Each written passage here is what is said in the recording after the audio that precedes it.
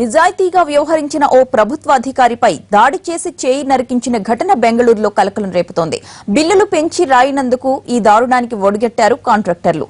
ఆలస్యంగా వెలుగులోకొచ్చిన ఈ ఘటనపై ప్రభుత్వం స్పందించింది. ఆ కాంట్రాక్టర్లపై క్రిమినల్ కేసులు బుక్ చేసి అరెస్ట్ చేయాలని ఆదేశించింది.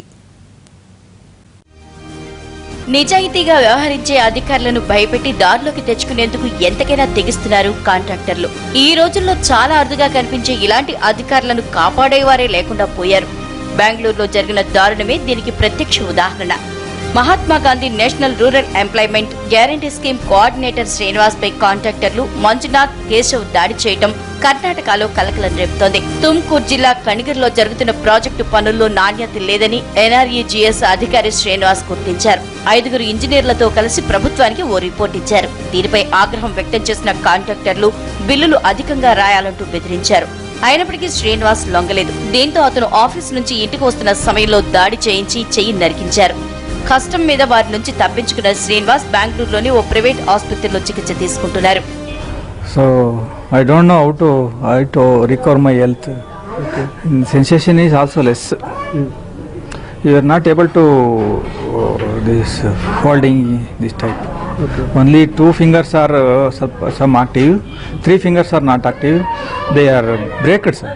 They are detached. Totally cut it. Bones are cut, nerves are cut, nerves are joined. నరికేసిన చేతుల్ని వైద్యులు జాయిన్ చేశారు.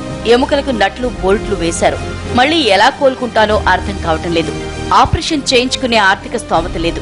ఇప్పటికే ఆసుపత్రి బిల్లు లక్షల్లో వచ్చింది.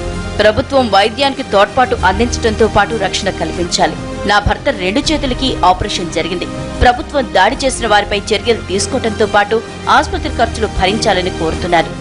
Government expects the expense what we have paid for the hospital and also the security for my husband, and also the accused also must be punished as early as possible. సంచలనం సృష్టించిన ఈ ఘటనపై కర్ణాటక సర్కార్ ఆలస్యంగా నిద్రలేచింది. రాష్ట్ర గ్రామీణాభివృద్ధి పంచాయతీరాజ్ మంత్రి హెచ్కే పాటిల్ శ్రీనివాస్ ని పరామర్శించారు.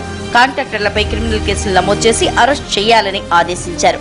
అలాగే వారు చేసిన పనులకు బిల్లులన్నింటినీ నిలిపివేయాలని ఆదేశించారు. His mother, who has given a son who fights for a real cause, who fights for honesty. And as regards their contract, their bills, till the whole inquiry is over, no bills of those people concerned. I don't know what type of bills are there, where they have worked, whether only in this panchayat or in other panchayats, wherever they have worked in. కాంట్రాక్టర్ల బెదిరింపులకు లొంగకుండా నిజాయితీగా వ్యవహరించిన శ్రీనివాస్ ని అందరూ అభినందిస్తున్నారు. కర్ణాటక ప్రభుత్వం కూడా October 2న ఉత్తమ ఉద్యోగి అవార్డుతో సత్కరించనుంది.